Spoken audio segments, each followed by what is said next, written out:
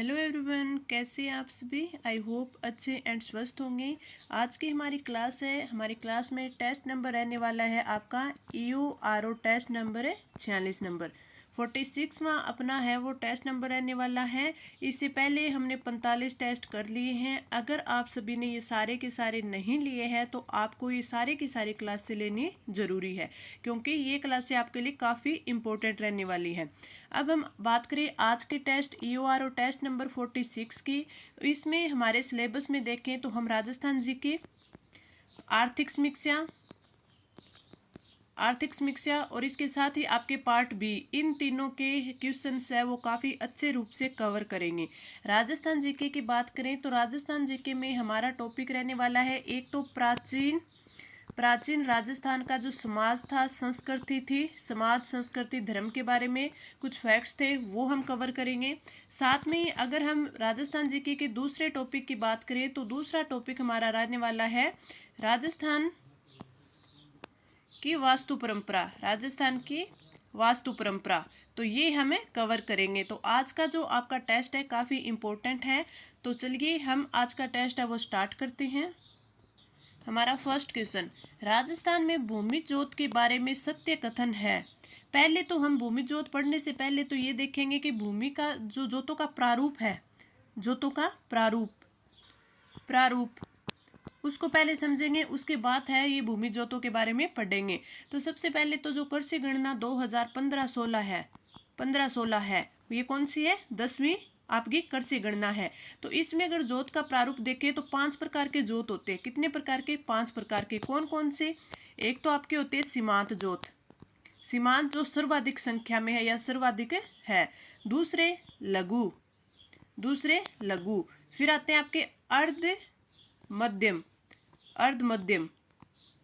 फिर मध्यम, 4 नंबर पे मध्यम, और फिर आते हैं वृत्त।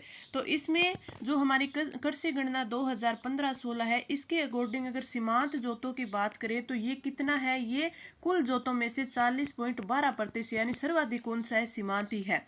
सीमांत अगर जोतों की बात करें तो ये कौन से होते हैं? 1 हेक्टेयर से जो कम होते हैं वो होते हैं आपके सीमांत। फिर 1 से 2 हेक्टेयर होते हैं, 1 से 2 हेक्टेयर वो लघु होते हैं। अर्ध मध्यम होते हैं वो 2 से 4 हेक्टेयर का क्षेत्रफल जो होता है वो अर्ध मध्यम जोतों में आता है। मध्यम जोतों की बात करें तो 4 से 10 हेक्टेयर, और वृहद जोतों की बात करें तो 10 हेक्टेयर से अधिक। तो वृत्त हो गए यानी सबसे ज्यादा हो गए, सबसे बड़ा हो गया। तो ये सबसे कम होते हैं, और ये कितनी है? 4.65% है, 4.65% है। अब हम क्वेश्चन में देखें कि हमसे क्वेश्चन में पूछा क्या गया है। पूछा गया कि जो राजस्थान में भूमि जोत के बारे में हमें सत्य कथन बताना है। राजस्थान में लघु व सीमांत जोत है वो 62% है। अभी मैंने बताया कि जो सीमांत जोत है वो कुल जोतों का कितना है? 40.12% है। इसने सीमांत प्लस लघु पूछा है। लघु कितने? अगर लघु का प्रतिशत देखें तो लघु है 21.90%। तो ये दोनों 40 और 21 ये कितने हो गए? ये हो गए आपके 62। तो ये तो बिल्कुल बात सही बोली गई है कि राजस्थान में लघु तथा सीमांत जो होता है वो 62% है। बिल्कुल सही। आप अगर ये पांचों के पांचों इनका याद रखना चाहें तो याद रख सकते हैं, क्योंकि हो सकता है कि इनसे कोई भी क्वेश्चन है वो पूछ ले। तो डाटा अगर हमें याद होगा तो हम कोई भी क्वेश्चन है वो सोल्व कर पाएंगे। दूसरा इसने पूछा है सीमांत, लघु, मध्यम तथा अन्य मध्यम जोतों में वृद्धि दर्ज की गई है। हाँ, जो पहले थी जो सीमांत, लघु, मध्यम और अन्य जो या फिर अर्ध मध्यम जोतों की बात करें तो इनमें वृद्धि हो रही है। अब वृद्धि कैसे हो रही है? जैसे मान लीजिए एक परिवार है, एक परिवार में 5 बेटे हैं, उनके 5 बेटे हैं। तो एक परिवार के जो अगर खेत की बात करें, जोतों की बात करें, तो वो पहले तो आता था वृत्त में था। अब इनके 5 हो गए तो इनके 5 की जो है वो हिस्सा होएगा, तो 5 हिस्सा होएगा, एक का 5 हिस्सा हो गया। तो यानी चाहे वो सीमांत में हो, लघु में हो, मध्यम, अर्ध मध्यम में हो, इसका हिस्सा हुआ है। तो यानी वृत्त जो तो कम हो गया, और बढ़ कौन से गई? सीमांत, लघु, मध्यम और अन्य मध्यम बढ़ गई। तो इस प्रकार है, इनमें तो वृद्धि हो रही है, लेकिन वृत्त जोतों में कमी दर्ज की गई। बिल्कुल सही बात है, क्योंकि जब ऐसे करके जब हिस्से होंगे तो कौन से वृत्त जोत है उनमें कमी आएगी। सीमांत, लघु, मध्यम और अर्ध मध्यम है उनमें वृद्धि दर्ज होगी। तो यानी फर्स्ट, सेकंड, थर्ड तीनों के तीनों है इन्होंने सही दे रखे हैं। अब मैं आपको जो ये पांचों के पांचों आपको जोत के प्रकार हैं इनमें आपको प्रतिशत बता देती हूँ, क्या पता कभी पूछ ले एग्जाम में। ऐसे ही जब हमने आज ये क्वेश्चन किया है, इस प्रकार लैंग्वेज में क्वेश्चन पूछ ले तो वो अगर हमें डाटा याद होगा तभी याद होगा। अगर सीमांत की बात करें तो सीमांत है वो 1 हेक्टेयर से कम होते हैं। सीमांत जोत है वो 1 हेक्टेयर से कम होता है, 1 हेक्टेयर से। अगर प्रतिशत की बात करें तो ये कुल है जो जोत होते हैं उनमें कितना इसका प्रतिशत है, 40.12%। दूसरा आता है लघु। लघु जोत की बात करें तो 1 से 2 हेक्टेयर होते हैं और 21.90% है ये कुल जोतों में इसका जो हिस्सा है। अर्ध मध्यम की बात करें कि अर्ध मध्यम जोत होते हैं ये 2 से 4 हेक्टेयर के होते हैं और इनमें अगर इनका कुल जोतों में देखें तो 18.50% है। अब बात करें मध्यम जोत की। मध्यम जोत है वो 4 से 10 हेक्टेयर तक होते हैं, 10 हेक्टेयर तक होते हैं और इनका कुल जोतों में कितना है, 14.79%। अब बात करें वृत्त जोत। तो वृत्त जोत की बात करें तो वृत्त जोत 10 हेक्टेयर से ज़्यादा होते हैं और इसका हिस्सा 4.65% है कुल जोतों के हिस्से में। अब एक क्वेश्चन इससे और क्या बन सकता है, एक इससे बन सकता है कि जैसे आपसे को पूछा जा सकता है कि कुल जोत का क्षेत्रफल पूछ ले तो वो कितना है, वो है 208.73 लाख हेक्टेयर। अब जो ये कुल जोत का क्षेत्रफल है 208.73 लाख हेक्टेयर है, लेकिन इसमें कमी आई है कितनी, -1.24% की, यानी ऋणात्मक वृद्धि हुई है, यानी इसमें कमी आई है -1.24% की। तो ये आपसे पूछा जा सकता है कि कुल जोतों का जो क्षेत्रफल है उसमें कितने की कमी हुई है, तो इनकी में 1.24% की है कमी हुई है। अब ये कमी कैसे हो गई ये भी मैं आपको बताऊंगी। अब इसमें अगर पूछ ले कि कुल जोतों की संख्या पूछ ले आपको, कुल जोतों की संख्या अगर ये संख्या पूछ ले तो ये कितनी है, ये है आपके 76.55 लाख। इसमें वृद्धि हुई है कितने की, 11.14% की वृद्धि हुई है, ये वृद्धि हुई है। अब देखें कि कमी क्षेत्रफल में कमी हुई है और संख्या में वृद्धि हुई है, तो ये कैसे हुआ, ये ऐसे हुआ कि जो कुल जोत का क्षेत्रफल जैसे 208.75 है, पहले ये कितना था, ये था पहले 211.36 लाख था, जिसमें कमी होकर 208.75 लाख हो गया। अब जैसे मान लीजिए जनसंख्या बढ़ रही है तो जो घर रहने के लिए है और निवास है वो भी बढ़ रही हैं, तो कुल जो खेत होते हैं उनमें से ही कुछ हिस्सा है वो जो रहने के लिए वो बनता है। तो जैसे जैसे जनसंख्या बढ़ेगी तो उनको घर के लिए, निवास स्थान के लिए घर वगैरह सब चाहिएंगे, तो उस हिसाब से जो कमी होती है वो इस हिसाब से हुई।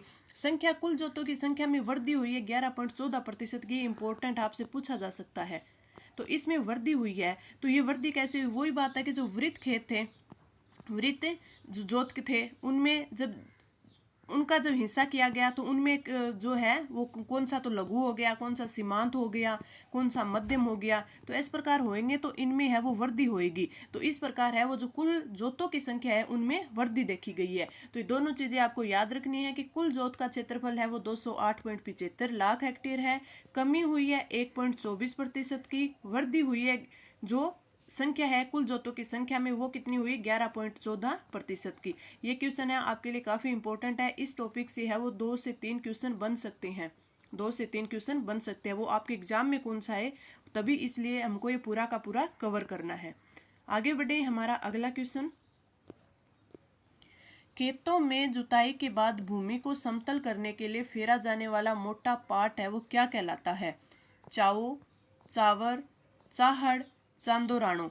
ऐसे हमें क्वेश्चन है वो काफी एग्जाम में पूछ ले जाते हैं। जैसे सूड किसे कहते हैं, ये पूछ लिया कि खेतों में जुताई के बाद है वो भूमि समतल करने के लिए फेरा जाने वाला मोटा पार्ट क्या होता है, कभी पूछ लेते हैं कि रेवड़ क्या होता है। तो ये चीजें क्वेश्चन है ये हमारे आर्ट एंड कल्चर से हमें पूछे जा सकते हैं। तो इनकी हमें जब प्रैक्टिस होगी, जो कृषि फैमिली से जो बिलोंग करते हैं स्टूडेंट उनको लगभग को ये पता होता है, या फिर ग्रामीण परिवेश से जो स्टूडेंट आते हैं उनको काफ़ी को ये पता होता है, लेकिन जो सिटी में बच्चे रहते हैं उनको ज़्यादातर ऐसे क्वेश्चन है वो नहीं पता होते। तो ये जितनी ज़्यादा प्रैक्टिस की जाए उतना ही ठीक है। तो इस क्वेश्चन की बात करें तो आपका राइट आंसर हो जाएगा ऑप्शन बी, चावर। ऑप्शन बी, चावर। खेतों में जुताई के बाद भूमि को समतल करने के लिए जो फेरा जाने वाला मोटा पार्ट है उसे बोलते हैं चावर। Right answer option B.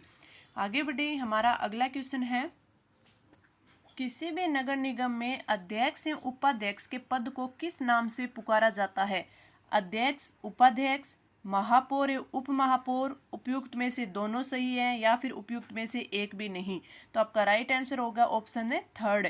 किसी भी नगर निगम में अध्यक्ष और उपाध्यक्ष भी बोलते हैं, महापौर व उप महापौर भी बोलते हैं, महापौर व उप महापौर भी बोलते हैं, तो ये दोनों बोला जा सकता है। तो राइट आंसर ऑप्शन थर्ड। आगे बढ़े, हमारा अगला क्वेश्चन है, अलाउद्दीन खिलजी ने किस दुर्ग को जीतकर उसका नाम खैराबाद रखा था? रणथंभौर, अचलगढ़, सिवाना और आमेर। तो आपका राइट आंसर हो जाएगा ऑप्शन सी, सिवाना दुर्ग को जीतकर उसका नाम खैराबाद रखा गया था। अलाउद्दीन खिलजी ने अपने बेटे के नाम पर, खिजर खां के नाम पर इसका नाम है वो खैराबाद रखा था। तो राइट आंसर ऑप्शन सी। आगे बढ़े, हमारा अगला क्वेश्चन है कि राष्ट्रीय टिकाऊ खेती मिशन के अंतर्गत कितने सब मिशन किए गए हैं? अब हमें पहले राष्ट्रीय टिकाऊ मिशन के बारे में थोड़ा सा डिटेल से देख लेते हैं, उसके बाद हमें क्वेश्चन पे समझेंगे तो हमारा क्वेश्चन है बिल्कुल इजी से सोल्व हो जाएगा। सबसे पहले अगर राष्ट्रीय टिकाऊ खेती मिशन की बात करें तो ये दोनों के दोनों यानी सेंटर और स्टेट दोनों के लिए वित्त पोषित है।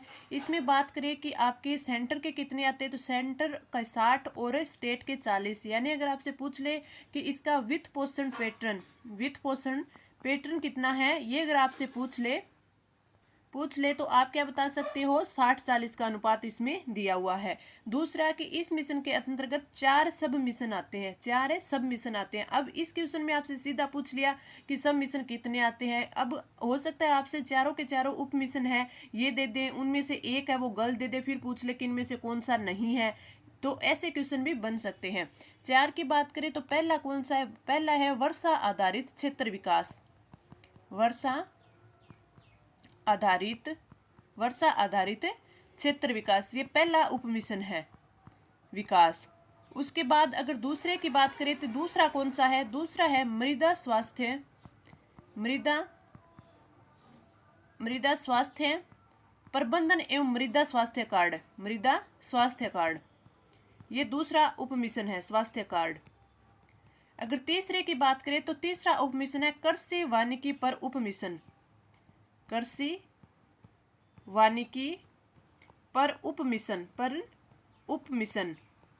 और चौथा कौन सा है? चौथा है परंपरागत कृषि विकास योजना, परंपरागत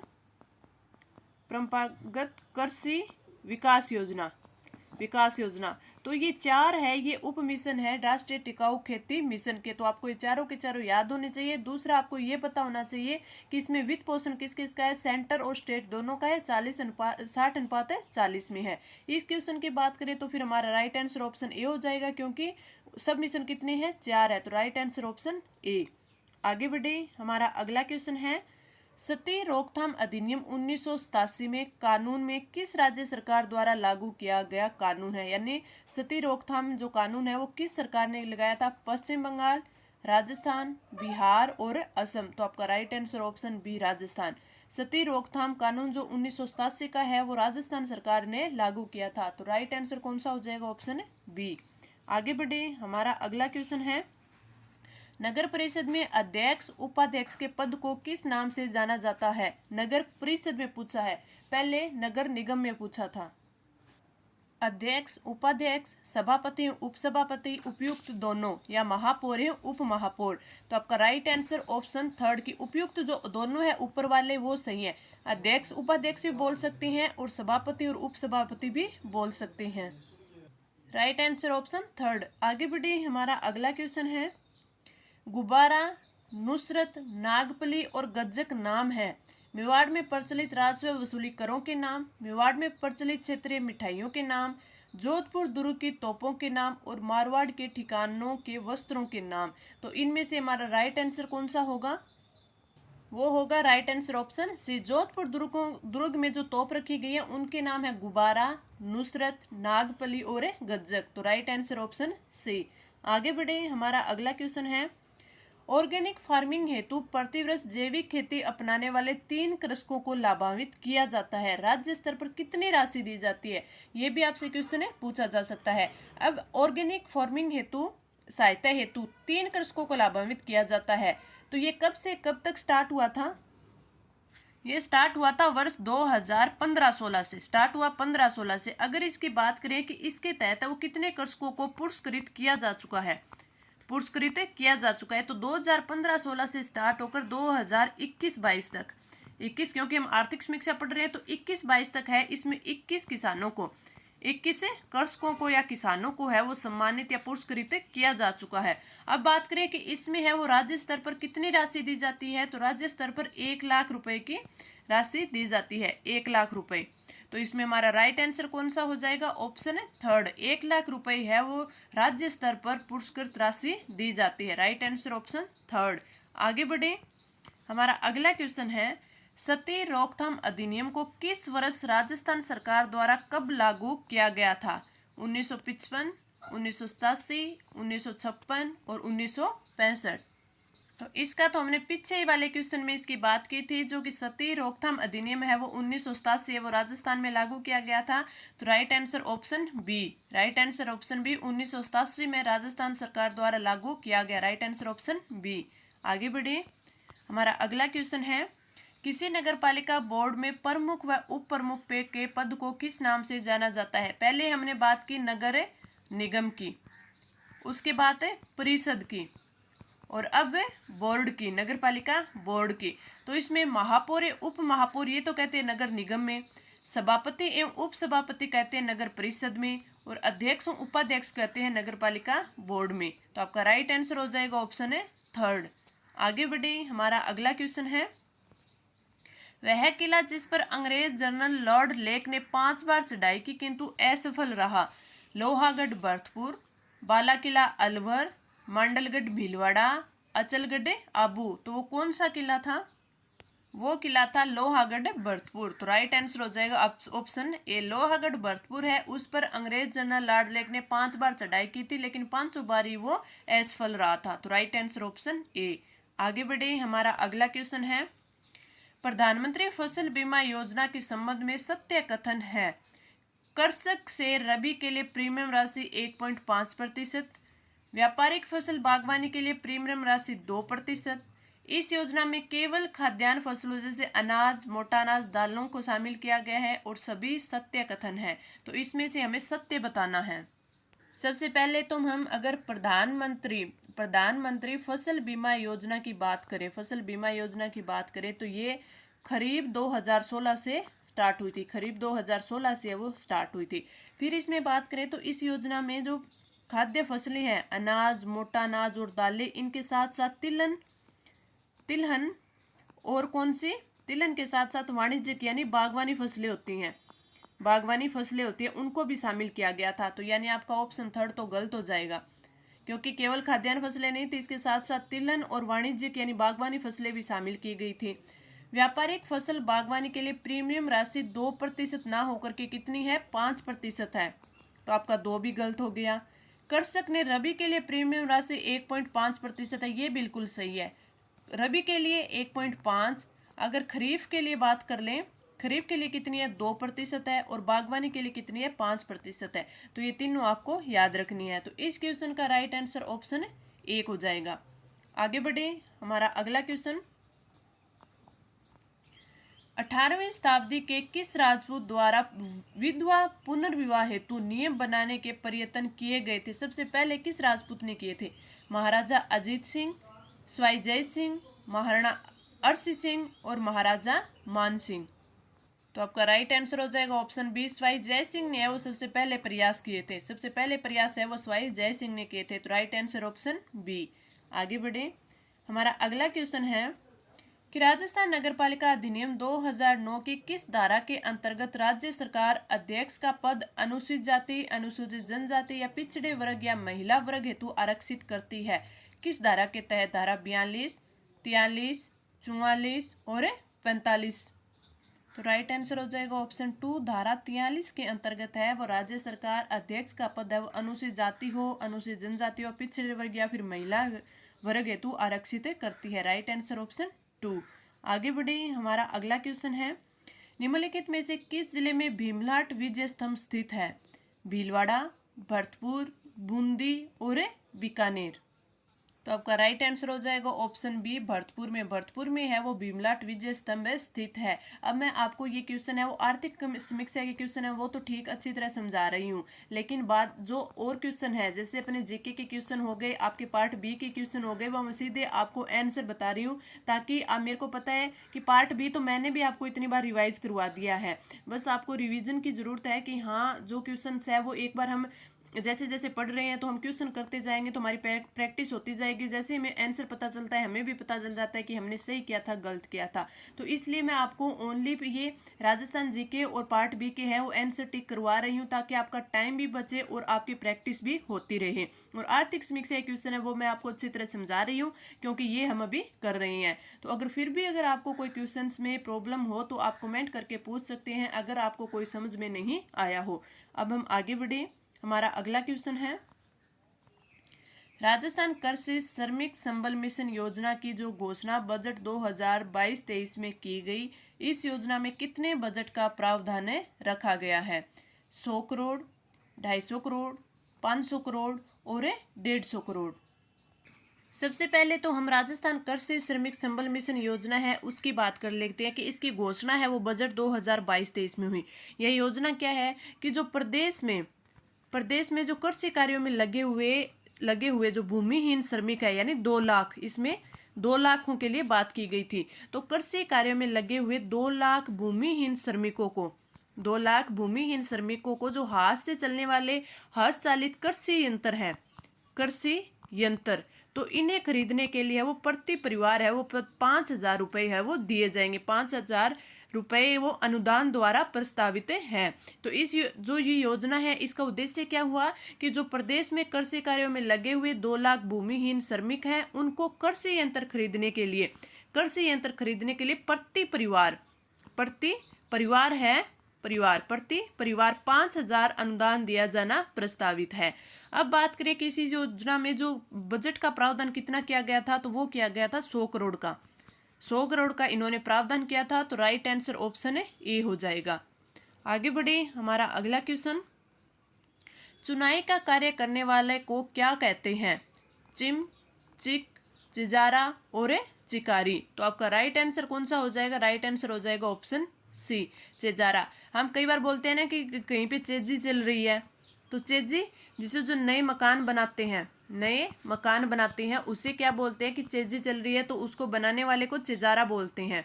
उसको क्या बोलते हैं? चेजारा बोलते हैं। तो ऐसे जो शब्दावली है कई बार एग्जाम में पूछ ली जाती है और काफ़ी बार पूछी जाती है, इसलिए मैं इस प्रकार के आपके लिए क्वेश्चन लेके आई हूँ। तो राइट आंसर ऑप्शन सी।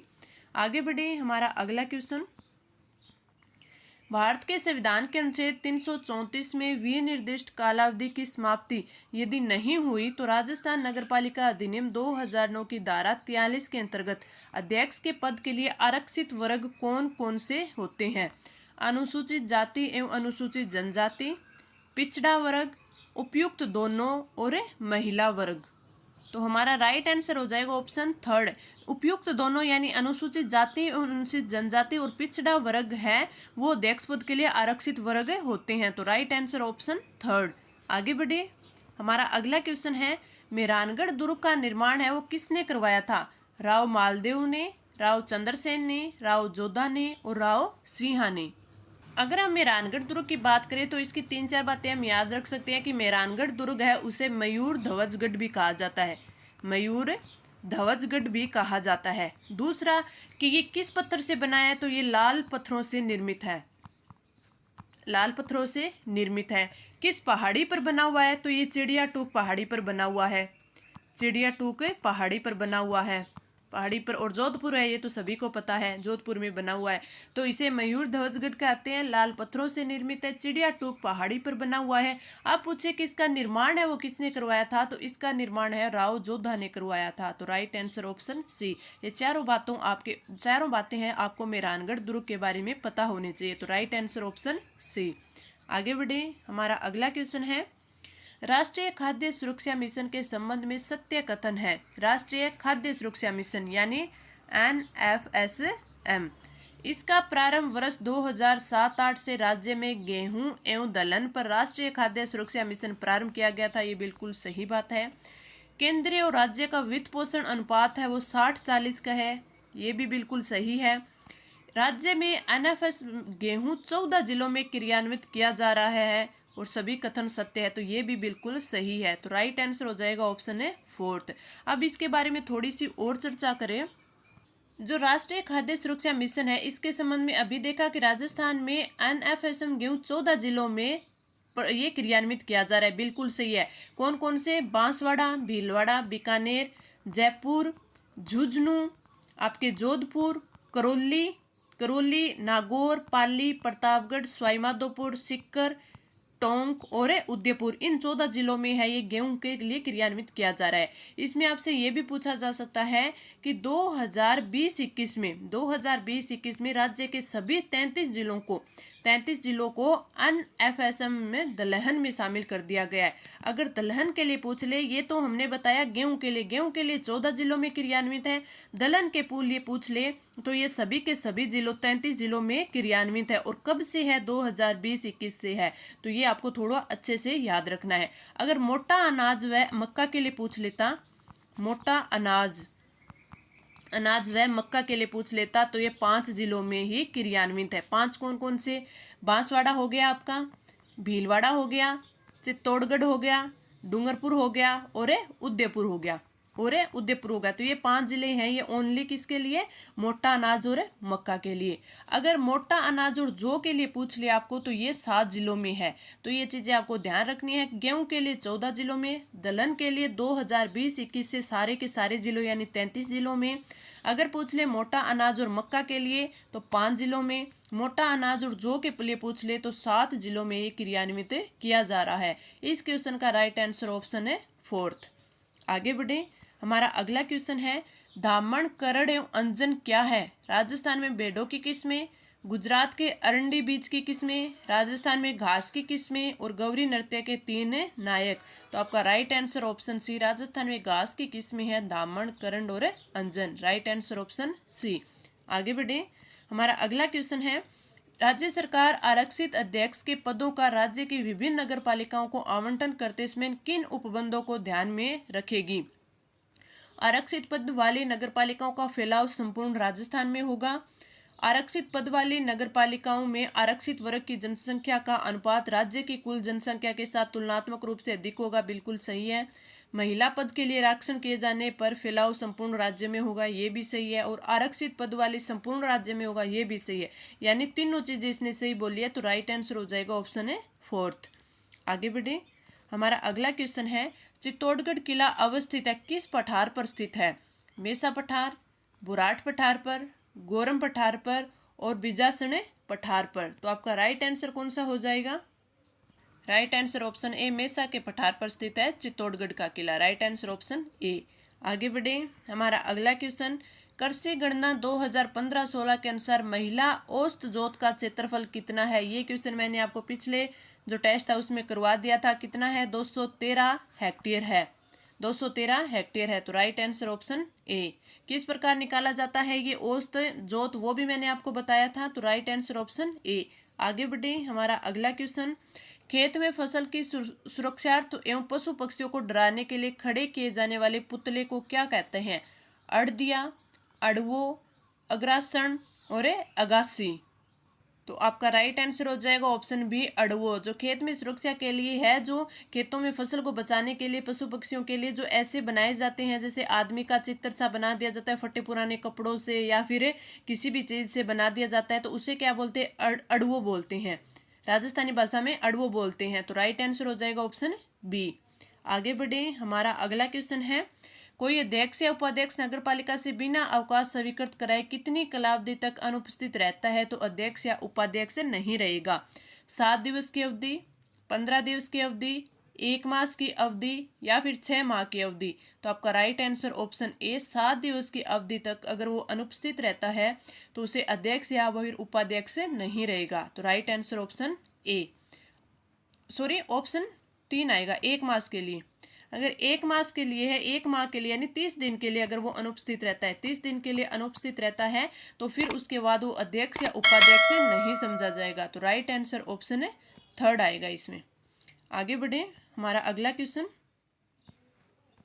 चित्तौड़गढ़ दुर्ग में स्थित कीर्ति स्तंभ को माना जाता है स्तंभों का स्मारक, आदिनाथ का स्मारक, हिंदुओं का स्मारक और प्रशस्तियों का स्मारक। तो अगर बात करें चित्तौड़गढ़ दुर्ग में स्थित कीर्ति स्तंभ को आदिनाथ का स्मारक माना जाता है। राइट आंसर ऑप्शन है बी। आगे बढ़े, हमारा अगला क्वेश्चन है, चड़स है खेतों में रखरखाव हेतु बनाया गया मचान, नई फसल आने पर गाया जाने वाला लोकगीत, कुएं से सिंचाई हेतु पानी निकालने का चमड़े से बना पात्र और कच्चे घरों को कोल्हू से ढकने की रीति।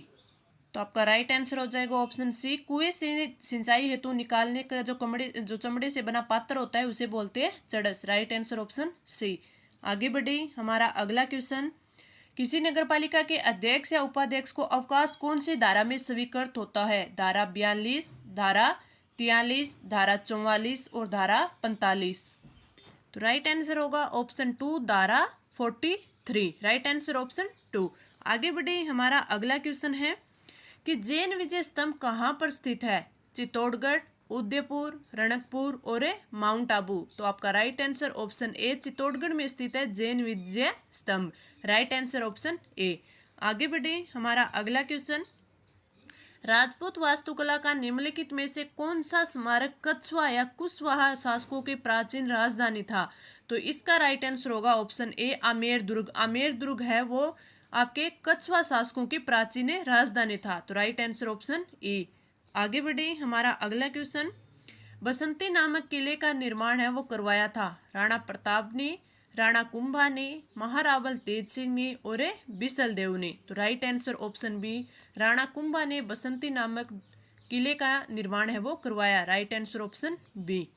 आगे बढ़े, निम्नलिखित में से कौन सा चित्तौड़गढ़ दुर्ग में स्थित नहीं है? विजय स्तंभ, कीर्ति स्तंभ, कुंभा महल और मोती महल। तो अगर बात करें तो विजय स्तंभ भी चित्तौड़गढ़ दुर्ग में स्थित है, कीर्ति स्तंभ भी स्थित है, कुंभा महल भी स्थित है, मोती महल नहीं है। तो राइट आंसर हो जाएगा ऑप्शन है डी। अगला क्वेश्चन, गोरा बादल महल और नवलखा दुर्ग कहाँ स्थित है? चित्तौड़गढ़, कुंभलगढ़, जालोर और रणथंभौर। तो आपका राइट आंसर हो जाएगा ऑप्शन ए, चित्तौड़गढ़। गोरा बादल महल और नवलखा दुर्ग दोनों का दोनों कहाँ पे है? चित्तौड़गढ़ में।